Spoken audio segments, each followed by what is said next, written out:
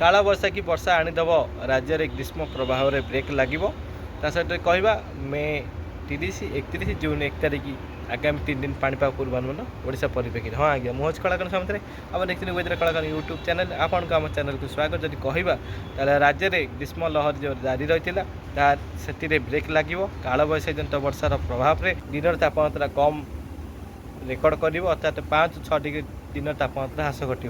पश्चिम ओडिशा जिला में 36 ରୁ 41 डिग्री रही संभावना अच्छे आगामी 3 दिन। उत्तर ओडिशा कह 33 ରୁ 37 डिग्री रही संभावना अच्छी। उपकूल ओडिशा 30 ରୁ 37 डिग्री रही संभावना रही और दक्षिण ओडिशा तापमात्रा 30 ରୁ 37 डिग्री रही संभावना रही। किंतु उपकूल ओडिशा रे आर्द्रतापूर्ण वायु बा बंगोपसागर वायु प्रभावित फल राज्य में 10 ରୁ 12ଟି जिला उपकूलर गुड़गुड़ी व्यापक मात्रा प्रभावित कर जहाँफल कि तापमात्रा 42-43 डिग्री भली लगे। यही स्थिति रही कि पश्चिम ओडिशा जिला मानक तापमात्रा ह्रास घट 36 ରୁ 41 डिग्री रही संभावना रही 42 डिग्री रही संभावना रही। सहित कहवा कालबैशाखी वर्षार प्रभाव में राज्य तापमात्रा ह्रास घट। ये कालबैशाखी हठात आसबार मुख्य कारण जब कहवा उत्तर पश्चिम भारत में एक पश्चिमा झड़ सक्रिय रही सहित पूर्वाली वायु बा बंगोपसागर वायु आर्द्रतापूर्ण वायु यह ओडिशा पश्चिमबंग बिहार झारखंड छत्तीसगढ़ और उत्तर प्रदेश पर्यटन जाऊँगी सेपटू आसुवा पश्चिमा झड़ बा आरब सागर वायु ये पूर्वाली वायु सहित सम्मिश्रण हो कन्वेक्टिव जोन सृष्टि होती एक निम्न चाप रेखा बा ट्रप लाइन सृष्टि हो घूर्णिबड़ क्षेत्र सृष्टि हो सहित कहवा ओडिशा दे ये घूर्णिबड़ जीवार संभावना रही निम्न चाप रेखा ओडिशा पर सक्रिय रही।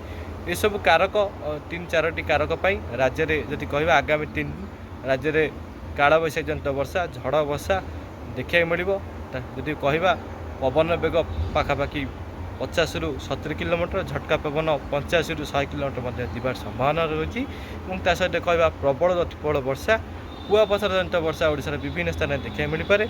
सहित कहवा झड़ वर्षा समय घर न बारिटा भल बिजुली घड़घड़ी व्यापक मार संभावना रही। झड़ तोफान समय गछ डाल एवं विद्युत खुंट उपुड़ार संभावना रही रोड यातायात बाधा उपसी पारे। यही स्थिति वर्षा समय घर न बारिटा भल सतर्क रुहतु कालबैशाखी वर्षा राज्य को विपद आनीपे ये स्थिति रही। सहित कहवा क्यों जिले में व्यापक मात्रा जब वर्षा कथा कहवा सुंदरगढ़ संबलपुर केन्दुझर मयूरभंज बालेश्वर भद्रक कटक जाजपुर केन्द्रापड़ा जगतसिंहपुर खोर्धा पुरी नयागढ़ अनुगुल ढेंकानाल बौद्ध कंधमाल एवं झारसुगुड़ा देवगढ़ और बरगढ़ ये सब जिला मानक व्यापक मात्रा प्रबल अति प्रबल वर्षा झड़ तोफान देखा मिले और दक्षिण ओडिशा गोटे जिले में व्यापक मात्रा वर्षा देखा मिले। सतर्क रुहतु आगामी 3 दिन यही स्थिति राज्य तापमात्रा ह्रास घटे कि कालबैशाखी तांडव रच।